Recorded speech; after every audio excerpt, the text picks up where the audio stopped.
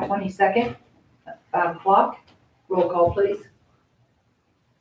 Commissioner Arias? Here. Mayor Litchfield? Here. Mayor Pro Tem Duplantis? Here. Commissioner Moya? Here. Commissioner Ganova? Here. Under our agenda tonight, under discussion items, I believe we only have one item tonight, and that's the discussion regarding the vacant municipal judge position.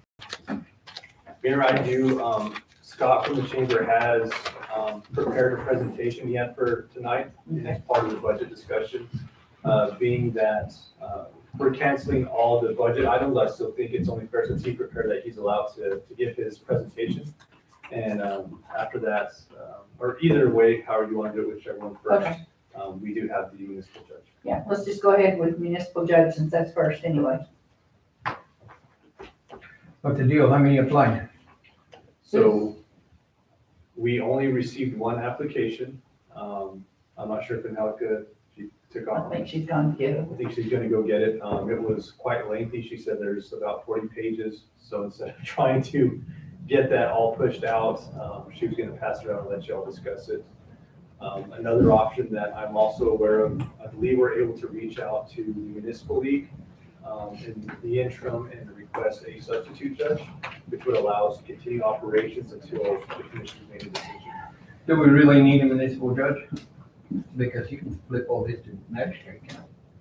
So I know there was Logan don't have one, Sanborn don't have one. some. We're on their Go ahead, side. let's let Mark finish.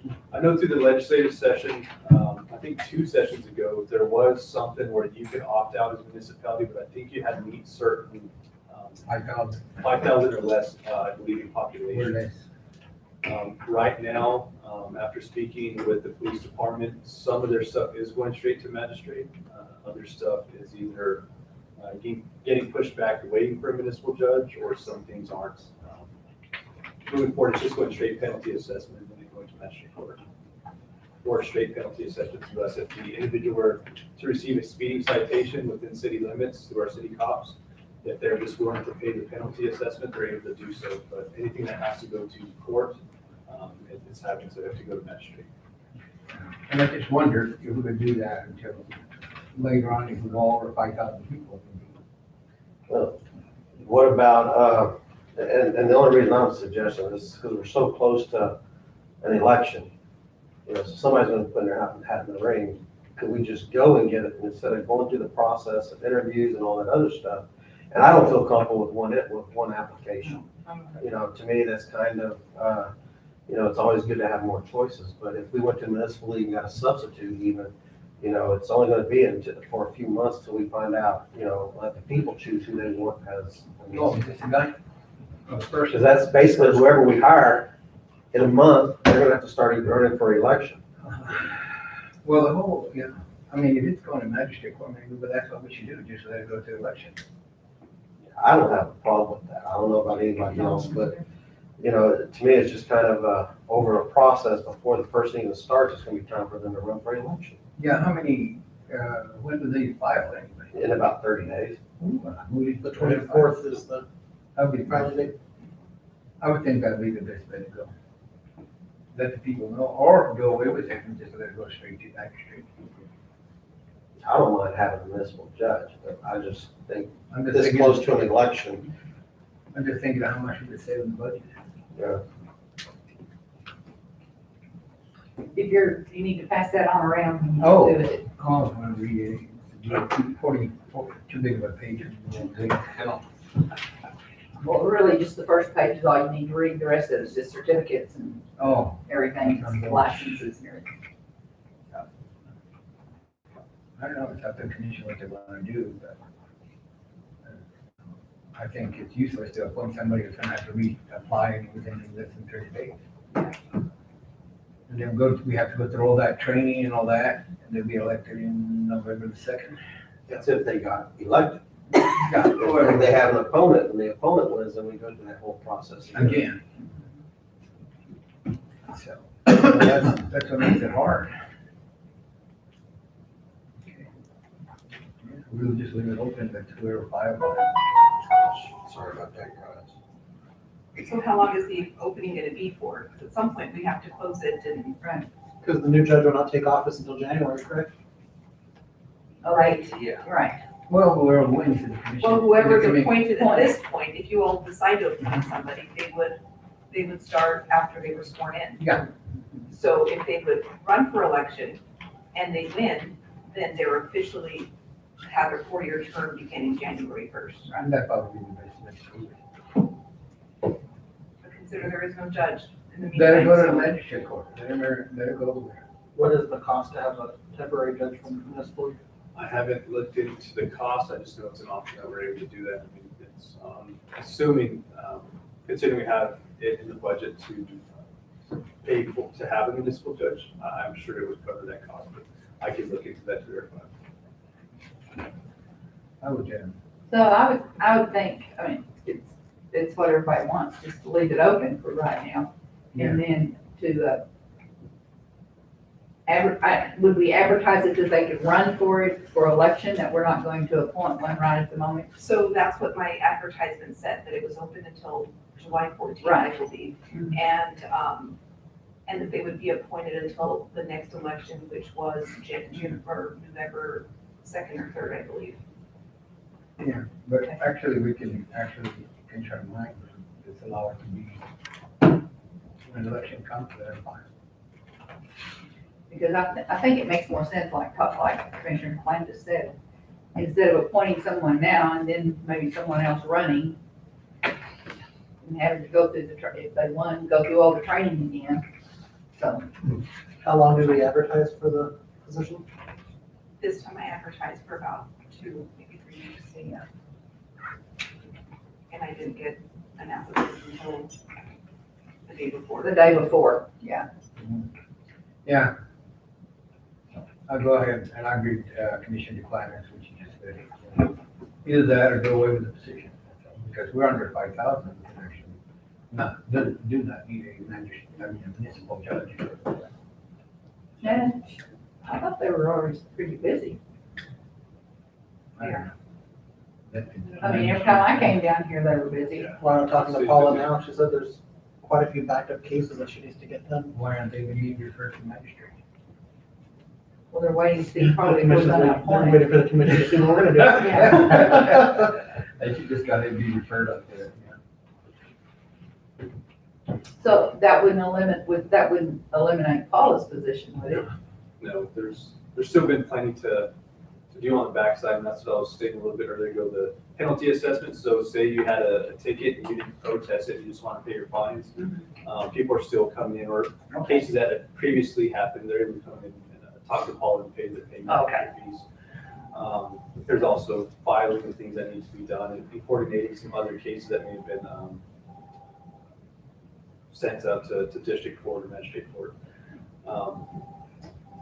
The one thing I can do that I haven't had a chance to do yet is get an actual dollar amount on what it would cost to have a substitute judge. I imagine most of that could be handled now virtually, based on that's how things have been running.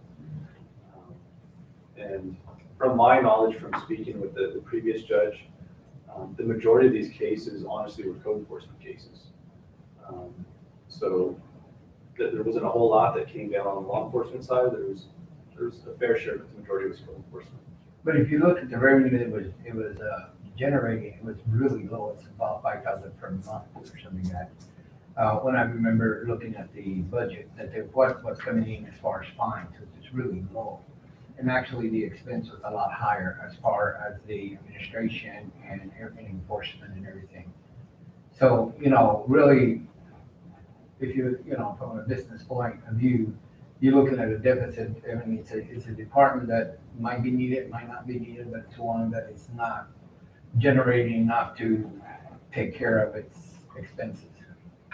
Who did she appoint as magistrate? The one here, remember the lady? Noreen, that's right. Yeah, that's right. That's why we're looking for one. So when you look at the amount they're bringing in, the amount that's going out in the budget, it's a lot. And you got French benefits, you got everything that goes with it. So that might give the budget a chance to recuperate a little bit. How much under 5,000 are we? So I haven't seen any official census stuff. I mean, if you look online, you just Google it, it's not official numbers. It does show us about 4,800 in that ballpark. But again, nothing official from the census right now. If you want to put it on hold till we decide whatever you guys want to do. I think, is this our opportunity to look and see what's in the best interest of the community and what direction to go? I'd like to be able to compare it with the budget before that decision. But either way, for the position currently, I'm for, let's take it to an election. You know, it's that close. It's not like it's 2 years before the next election. No, it's really super close, Yeah. and you don't want to train, we spend a lot of money training people when they're coming to take over. And that's a lot of dinero, and then all of a sudden they don't win, then I've got another one to train. And we don't even have an alternative judge that we could have covered, you know, Yeah. because the one we had quit, I mean, then, I don't know whatever happened, I don't know if she quit or whatever happened, but you're looking at a situation that it's already a tight budget, now you train somebody, they don't win, then you gotta train another. After the election, would it be feasible to appoint the winner to finish up the We could term? look into it. So they can get started, Right. It's not a bad idea. Yeah, let the citizens decide and then bring that person in early. I don't, That's what I was wondering, if you opted to go and push our team to magistrate appeals through referendum, if we had to pass it through the election, I can't remember the rules on that. I'm actually doing a little bit of research now. that's what she's looking at. That's something with our new city, general counsel, they have a great amount of knowledge in municipal government, and they would know the ins and outs of that, and I can reach out to them to. that would be ideal. If somebody runs and then we just Right, appoint them to finish appoint the him, term. appoint them, they're gonna have to get the training anyway. Yeah, regardless, because, and we don't have to do double training if they don't win. We don't vote anyway on, in a work session. No, So if that's, and everybody's in agreement, we'll just vote. I, Have you looked into municipal league also too, to see what, you look into that, and Angelica's looking up some things right now. Okay, you want to go ahead with Scott? Yes, ma'am. Scott, you're on board. Awesome. Well, I'm a show and tell guy, so I'll pass out some stuff if you guys don't mind first, and then I'll get started. So, the chamber is full of history, so this was a really easy presentation to put together for you guys.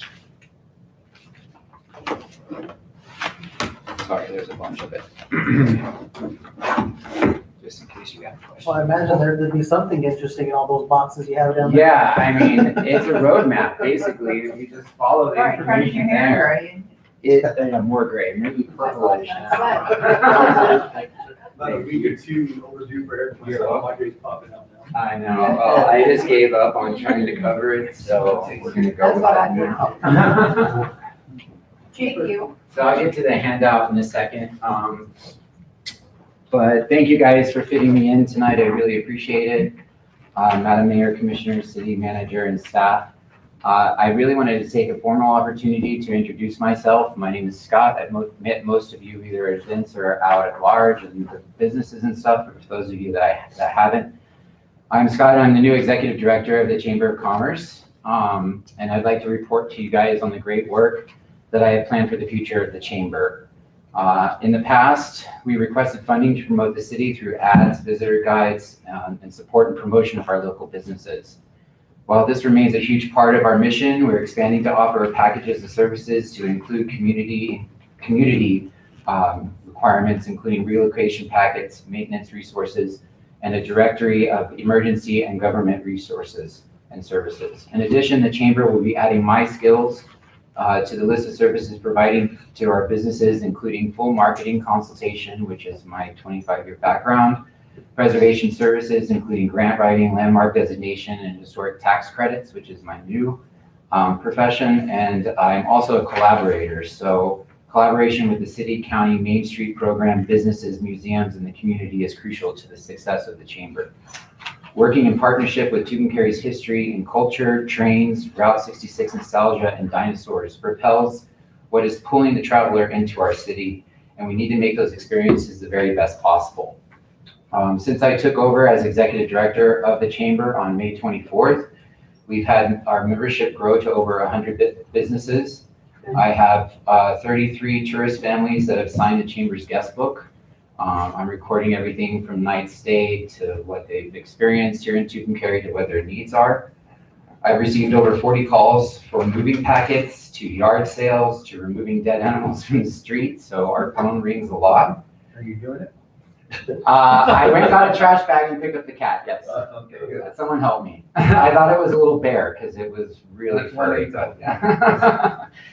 yeah. I've mailed over 40 visitor guides to people from Poland to Paris, Tennessee, and over 40 volunteer hours I've logged since I started. And those volunteer hours are mostly Gail Sanders. I really appreciate it.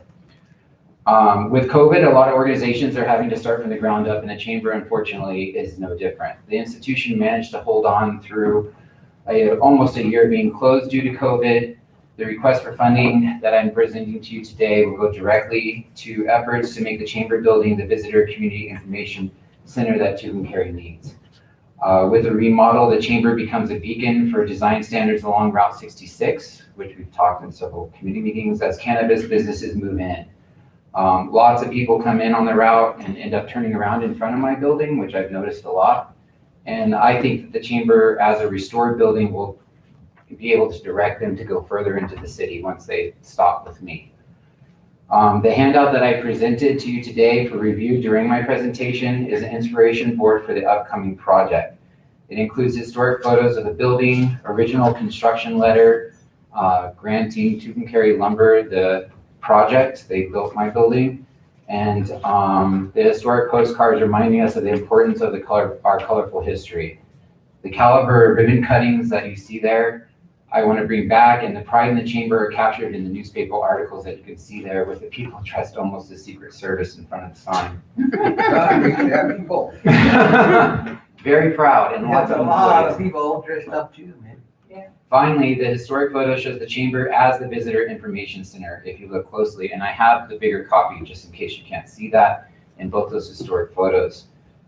This would be a return to our roots. It's not a new concept to be an information center, and I actually found an original hand-painted sign, which is also included on your. Sorry, I'm going to create an avalanche here. Cool. So, let's see. Finally, the historic parish of the chamber as a visitor information center. This would return to our roots. I would like to thank Will and Debbie with Bear and Wild Creations for the media presentation that you have in front of you. The couple are a part of Tucumcari Forge program offered by Main Street, and the chamber is supporting the program. I had a mantra that I lived by at Jefferson County Open Space when I was a preservationist there. I really like their saying, looking to the past to build a better future. And that's really what I meant about this roadmap that's been provided with the chamber. The people that worked at the chamber were excellent documenters. I mean, they wrote down everything, every ribbon cutting, every service, everything that was open. I mean, I have a receipt for every piece of furniture in there. So Dorothy Cole. yeah. Yeah. It's an amazing place. And I want to help like extenuate that, bring back that community pride that you see in those photos there. So that's why I took so much time in presenting all of this history, because it's really important and it gives us answers to some of the most difficult things and successes, and both success and failures. Recreating the chamber as a tourist welcome information center, referring to the past for design. I included an estimate into a letter that I presented to you guys earlier in the month. And if you'd like to discuss any of those numbers individually, I'm happy to do that. I have a budget right now of the total proposed building update at $36,500. Those numbers are not hard numbers. I'm having a really hard time finding exact quotes, so I'm willing to work through some of those numbers. But they include some really big projects like electrical that's really needed in my building. I was worried that I needed a roof as well, but I found out that I can handle the roof expense on my own, so we'll be handling the roof expenses. The paint on the interior needs to be addressed. You only see a small budget there. That's because I'm planning on doing the painting with volunteers. So I have done this reconstruction restoration work before, which is why I included my resume as a part of your packet, so you can understand that you're putting this in a person's hands that's capable of doing this work, and I'm not blowing any smoke for you guys. This is something that we can really accomplish. In the expanded responsibilities with the redesign, I would like to take over officially the mural map, redesign it, and as an initial restart, because we're trying to refocus the mural map into a souvenir item. And that souvenir item would be for purchase. It could then support the souvenir maps being reprinted, and it could also start accruing a fund to help us preserve the murals. For those of you that have taken a really close look at them, some of them are too far gone. So we desperately need a mural preservation plan, and I believe that the mural maps can help us fund that. So that's why I'm asking for a little bit money as initial start to redesign the mural maps. The funds from that would support the design, printing, and distribution of a new souvenir scavenger hunt mural map. The idea is to keep people here longer.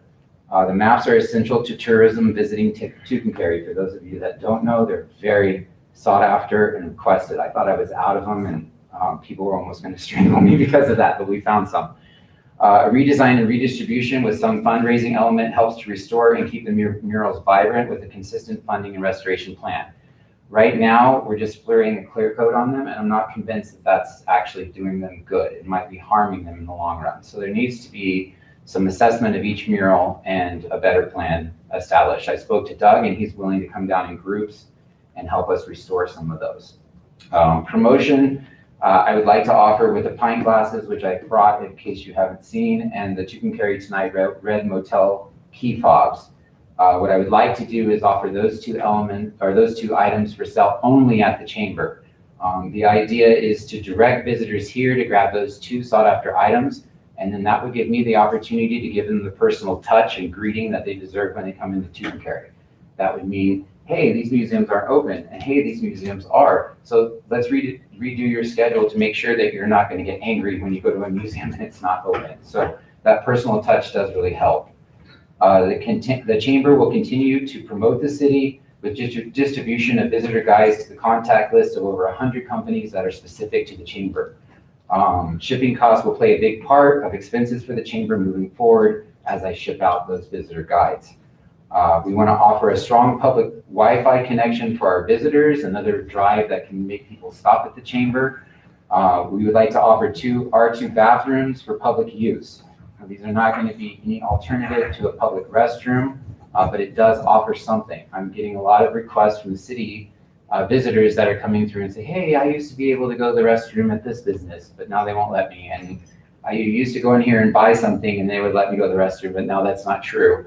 So I think just having two restrooms that are unisex and that have a little bit of higher capacity than what I have now because I have household toilets would really help and offer at least an alternative for those couples. I mean, I can't do bus loads of people, but it would be an alternative for people to come and use my restroom. I want to install a community board for yard sales job postings. I want to provide a community magnet to offer residents basic services needed for the home, including roofing, mow my lawn, pick up a dead cat, those sort of things. And we used to produce those magnets. And I have an example here if you'd like to see that. I want to partner with Main Street, the Railroad Museum, the Historic Museum to provide volunteer staff with United Way. United Way has a co-op that they've started with volunteer staff, and I think that we can tap into that, get volunteers for me, volunteers for the museum, so we can start having some consistent hours. I want to develop moving packages for new residents to the city. We get 5 to 7 people a day asking about apartments, and they're never the same people. It's absolutely amazing. So I'd like to have a good resource when it comes to moving packages, and I found one from 1966. I'm telling you, everything is there. So really, I just have to follow the schematic. That was the moving package. This is the magnet that we're doing, and I would like to put the 211 services on it. Sorry guys, I'm trying to go fast. I want to coordinate meetings with the SHPO, which is the acronym for the State Historic Preservation Officers, to help with grants, landmarking and fundraising for restoration. I have a meeting with them coming up next Wednesday where they're going to tour my facility and give me advice on whether or not the chamber is able to be registered. I think that it is. It's been 56 years as used as the chamber, and we know what things have come out of there, some great things. I want to provide a historical digital library for the community and businesses to use. Like I said, we were really good documenters, and there's photographs of every ribbon cutting, everything that they ever did, taped and labeled. and those should be put in a database. One match and then we lose all of that. So I would like to put it in a scannable database that my businesses can come and use the historic photos, the information, and the history to teach themselves as well. I want to provide walking tours, an architectural, history, neon, and ghost tour. Visitor Center provides an outlet for additional sales of tours and souvenirs, helping to make the chamber self-sustaining. We will continue to partner with the EDC to attract and grow businesses here in the city with surveys, business collaboration, and classes, as well as programs to help businesses grow. We talked about how I'm going to recruit a volunteer staff to help maintain consistent hours at the chamber for community and visitor information. The volunteer co-op will help supply volunteer bases for all organizations needing support, including the museums. I also would like to relaunch some of our famous events. The chamber possible events starting this Halloween, and they're all going to be possible with a partnership with different people. The first one I'm proposing is a Halloween event in partnership with Main Street 2021, which will involve a pumpkin patch and pumpkin carving contest for the kids. We want to do a food drive for Main Street in November 2021 as well during Thanksgiving season. The Parade of Lights, I want to add to the Very Merry Tucumcari partnership with Main Street in December. We'll make it one big thing, also judging houses and the light competition at the same time with the Rotary. We will have our Wheels on Fire event in September 2022, a color run in fall of 2022 as a mural fundraiser. I would like to bring back your Piñata Fest, which I found some little accoutrements for and some awesome pictures, including the largest piñata. You guys used to have a world record. The Balloon Fiesta, and then the Chamber Banquet, both in 2022 as well. I thank you for all your time and consideration, and I now stand for questions. How much money are you asking for? Total, I'm asking $5,000 for the refocus of the mural maps, and I'm asking for $3,650 for the building restoration. Have you asked the larger tax? I did, and I was approved by the largest tax For? board for the entire amount. Okay, so they actually, that's who, okay. So you just do the presentation for us, someone's presented to us, is that what you're saying? Yes, sir, so you understand what I presented to the largest tax. Were you, are you the one that's starting the beautiful yards? That's a Rotary. Rotary, The Rotary's doing that, but I think that's a great response to the ordinance stuff that you guys are Yeah. dealing with, something positive, something negative, so I'm trying to jump on board and help them promote that. Who do you talk to about that? Because, Bobby Hockaday. okay, I mean, Or Steve Hansen, Yeah. Okay. uh-huh. because Steve Hansen's stepping up in the president's oh, position. okay. All right. Actually, this was tight by an old typewriter. I know, isn't it? Yeah, look at Yeah, it's so Looking great. at that, like, oh, like, wow. Yeah, it's a Yeah, typewriter. yeah, you can tell. Yeah, Dorothy Coles she was phenomenal on keeping records. I saw that you had a thing on the Tucumcari daily news, that used to be one. Yeah, And the yeah. other day, we were, one of the old houses we were working on, there was another newspaper called Liberty, Tucumcari Liberty News. Yeah, the route people were talking about that, yeah. No, we have a whole bunch of where they used them on the wall. Oh. They were completely completed. The Oh, guy with the hat on in that picture looks like my uncle, Is it? my great uncle, Frank Bond. Oh, yeah. Yeah. Oh, the, I'm not sure if it's him, but it sure looks like You him. mean the- That hat and that smile. the car dealer. Yep. That's about him. That's about right. That might be. Oh, yeah, that might be him. He's involved in all that. Yeah. It's a beautiful day in eastern New Mexico. But just so you know, the bigger line items in that budget ask are like electricity. The lighting in the chamber is all ballast and T12s, and the ballasts are obsolete. We can't replace them. Where is your budget? I don't see it in here. Oh, I'm sorry. It was in the original letter that I sent to you guys before, but We got it a couple of weeks ago. yeah, and It's been I, a long time, I already slept. sorry. I think I have it with me. I can definitely. I find like it. to see it. Okay. I'll copy it.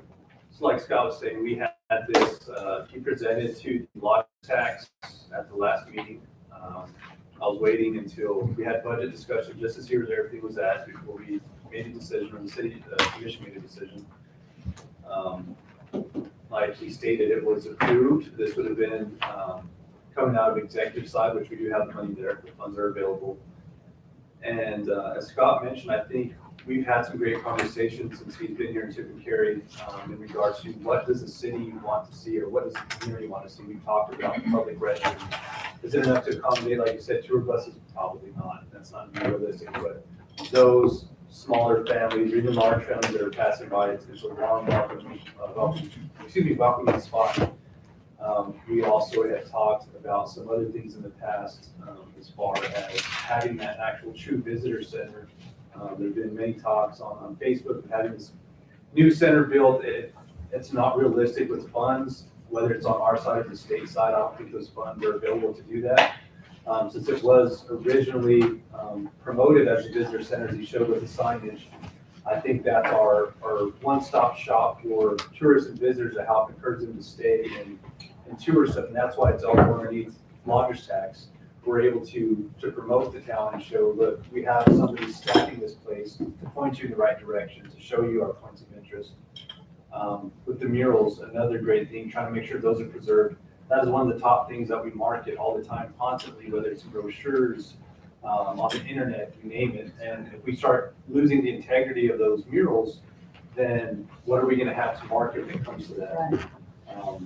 Being able to paint and being creative and getting volunteers and trying to find solutions to the problems instead of just concerns. It's nice to have these potential solutions. And I think he had a great presentation. I think this is what I think I've been hearing that we need to have for the city in the past. So it's something worth looking into. Well, it sounds like a big improvement compared to the past.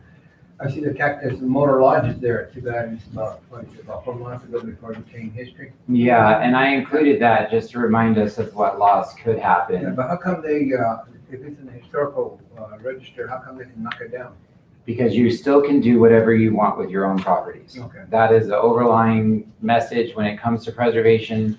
Getting your property listed does not mean that you cannot do what you want with it. It just means that you might not be able to receive funding. And if you've received funding federally before, you might have to pay it back because that's what they're interested in. Just like the Lodgers Tax Board or anyone else that gives out money, if they give out money to a project, they want to know that it's going to stay, it's going to exist, it's functioning.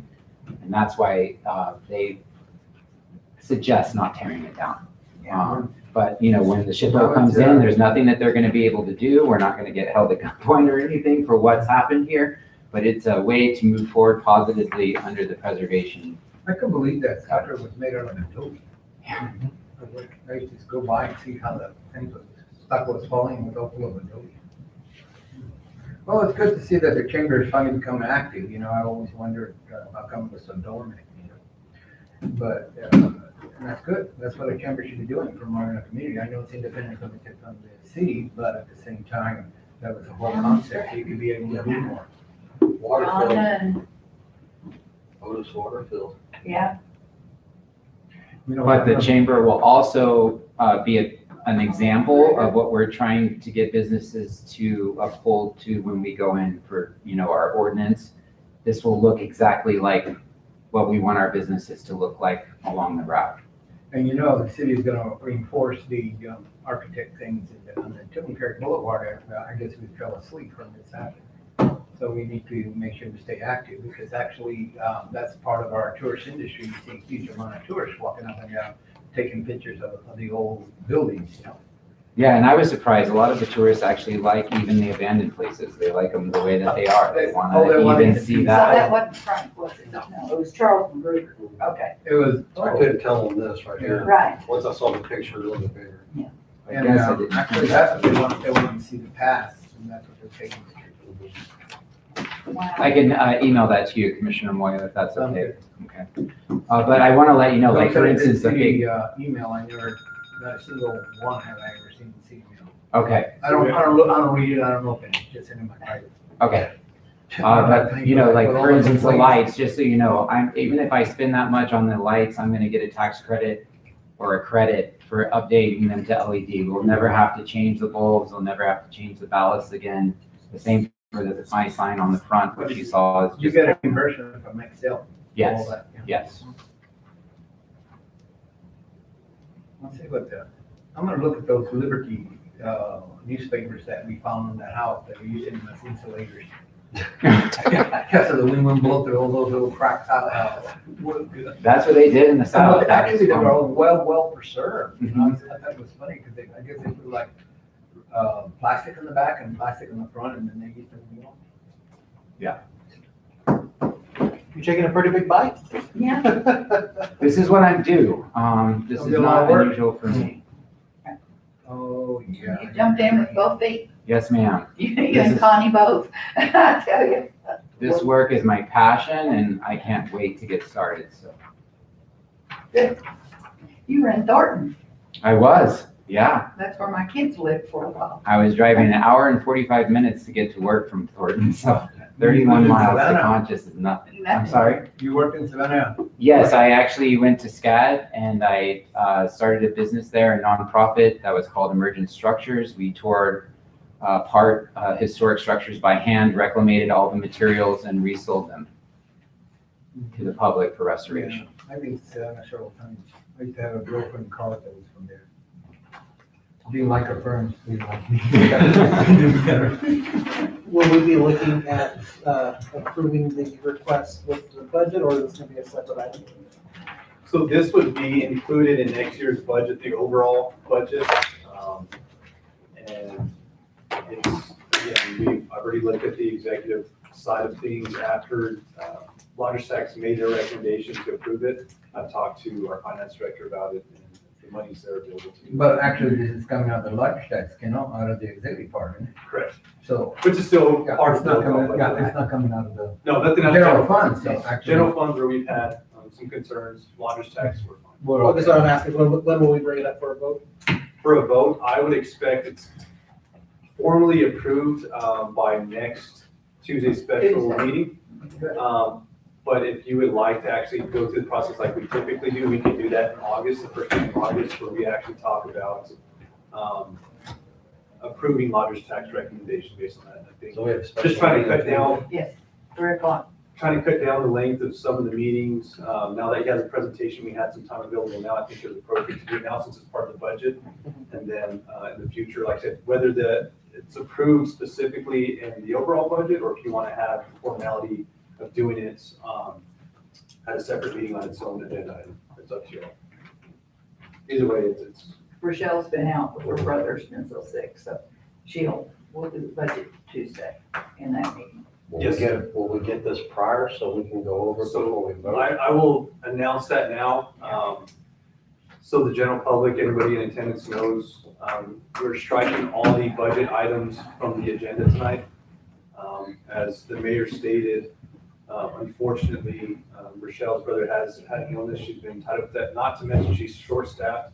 She had to do payroll from Denver. She's done red tags from her home. So I mean, there's a lot going on. Not to mention our email server crashed on Friday. We've been without city emails until about yesterday. And we're still getting all employees on there. Not everybody's up there. We started City Hall, branch out to the police department, the critical places first. And then from there, we'll branch out. But yeah, there's been a lot going on lately. So we're still well within our time requirements to report to the state. It may be hard to rearrange and change meetings now and again, but ultimately, we're still gonna meet those deadlines. We're not out of compliance with everything. And we just want to make sure that the budget's completely fine-tuned before we present it to the commission. You should be receiving the information tomorrow, so you have all weekend and Monday to review it before Tuesday's meeting. That way you have ample time to review it. We just want to make sure that it's completely thorough and ready to go, not done halfway. We want to make sure it's completely done. I don't think I'm gonna be able to be here Tuesday, so we lucky persons. If you would like to call either Rochelle or myself, and if you have any concerns or recommendations, or if you want to call in on Tuesday, we could accommodate that as well. And it's an important meeting because it is the budget, and just anything we can do to try to help accommodate that, we're willing to do that. Well, thanks a lot, Scott. Yeah, thank you, everyone. Thank you Thanks very for the much. presentation. And just so you know, any history, I mean, I'm not done with this, you can't have it yet, but there's some really amazing things that you guys have had written. And if you just go back to some of those, you'd be astounded at how they actually match what's happening today. Pinata Festival used to be so much That was fun. fun. It I was so really much want to fun. do it again, That yeah. was fun. Yeah. There was a lot of work. We used to Yes, have it was. we used to have it on Second and Main. Yep. We used to have a trailer there and they would have. all We the- would shut down all the downtown. Yeah, For the we most had a part. lot of fun, but it was a lot of work because we participated with it. Joe won the stick horse race one time. Right. I got to, in Leslie. Oh, that's right. Hey, wait a minute. Yeah, and then the Little Miss, Tupum and Carrie, that was always Yeah, done at Pinata that Queen. time. Yeah, Pinata Queen. Yeah, I remember that thing. Those were I would fun. fill up the fair barns. That place is packed whenever that's happening. Mhm.